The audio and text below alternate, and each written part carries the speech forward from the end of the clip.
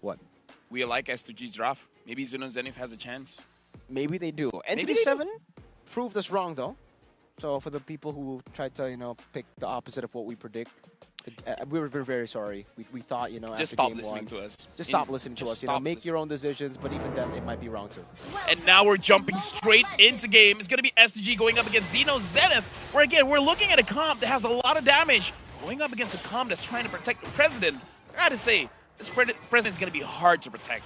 Very hard, man. There's so many ways, so many angles of attack as well coming in from S2G. Even in lane, I don't think Zippy will have a good time, but at least for Sigiboom, we do have data for game number 1.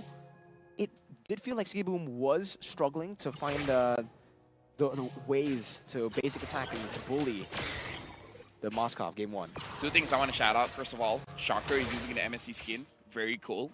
Grab the MSC skin, guys. And Zippy is using the Purify. So this is very good for Nolan. This is very good for the Grok as well as Sigiboom on the Harif. Making it so that your HP is low. What are you going to do? Flicker? Nice joke.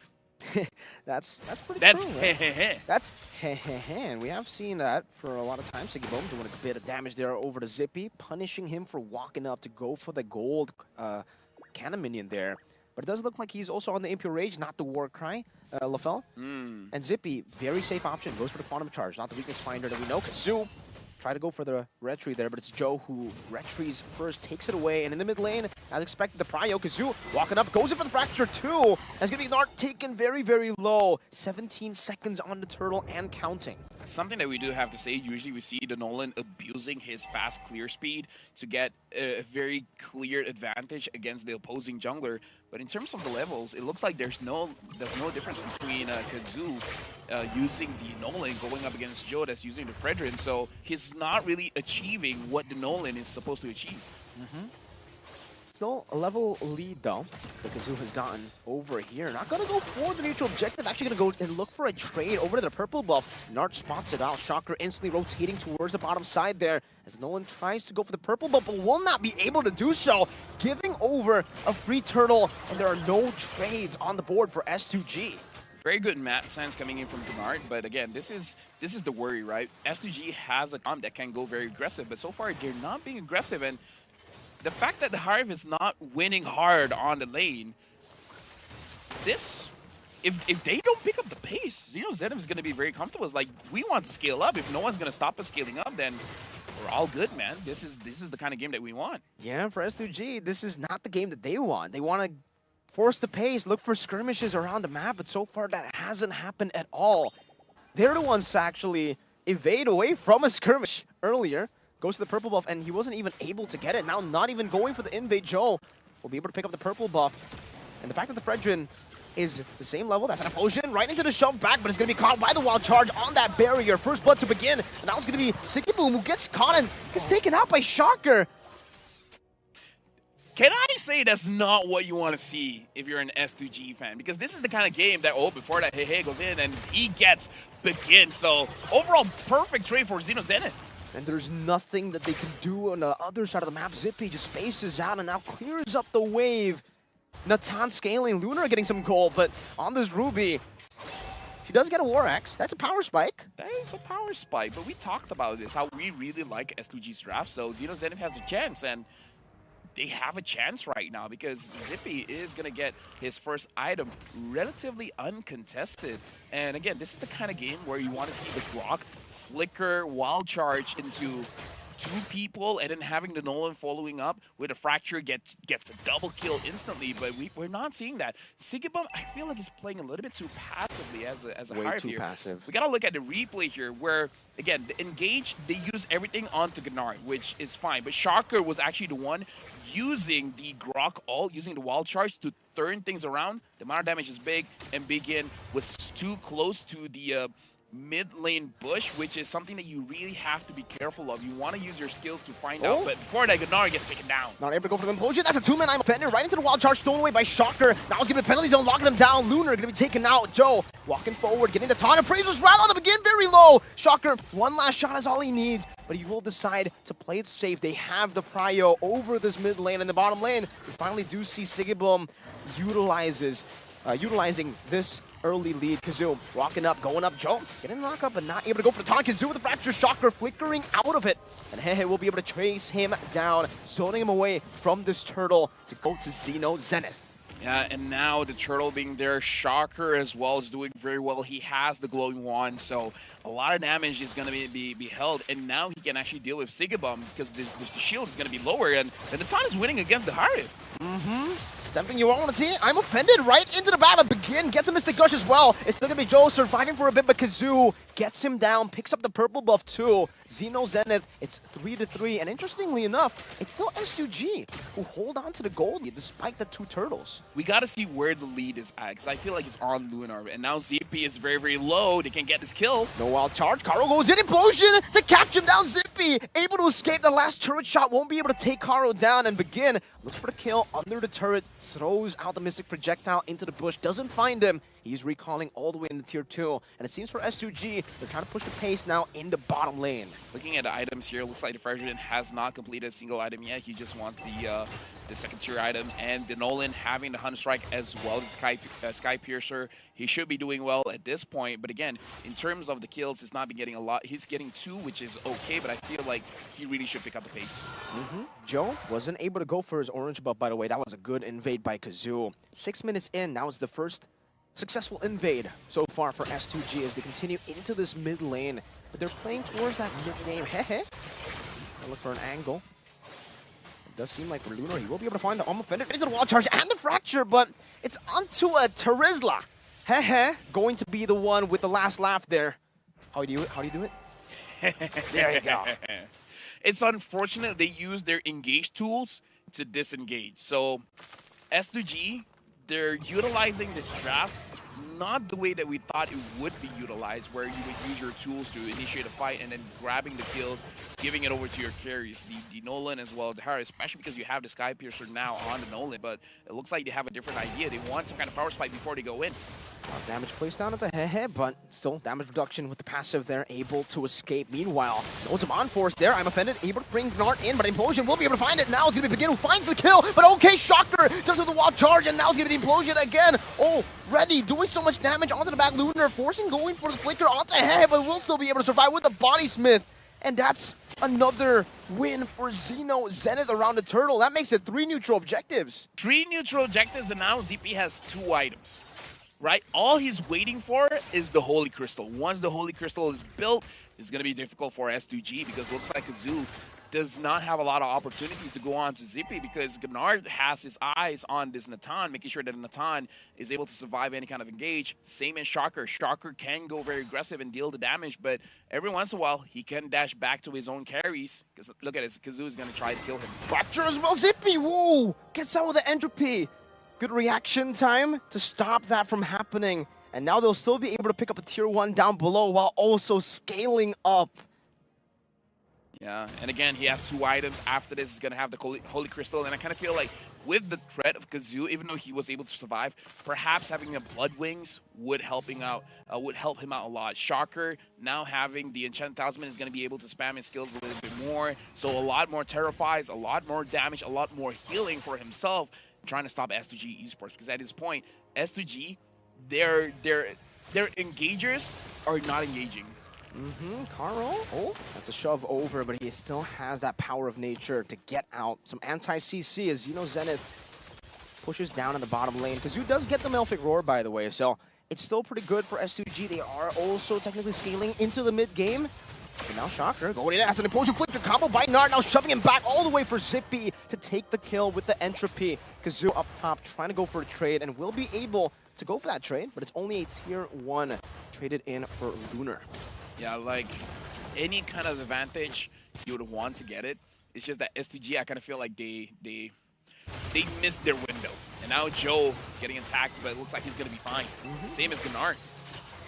Shoves out, just dashes through, and Shocker steals away the wild charge too. Mystic Gush being used up in the mid lane to go and clear out the waves. And it does seem like for Zino Zenith, they will utilize that resource being wasted in the mid lane by going for the Lord. You start that ticking time bomb now as the Lord gets stronger and stronger by the second.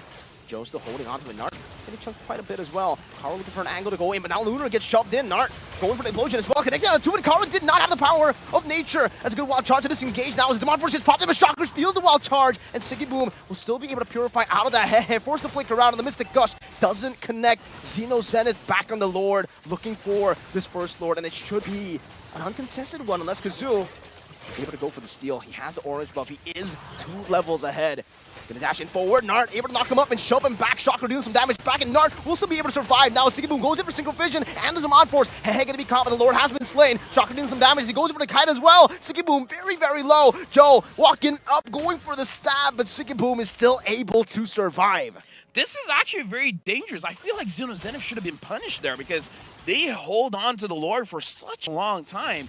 S2G could have forced a fight there, and allowing them to take as much damage as they can from the Lord. The additional damage is going to come true, and they should have gotten the kill. And looking at the goal difference here, 1.1k gold difference for the goal laners. Zippy now has the Holy Crystal, so it's not going to be a good time for Karo as well as Lunar, where I don't think they can tank the damage anymore. At this point, you don't want frontline the Natan. You want to engage straight onto the Natan, take him down as fast as possible. Now Begin has his additional item. He has more penetration at this point, the Divine Glaive, but I don't know. I'm not so sure how much it's going to help for the next team fight.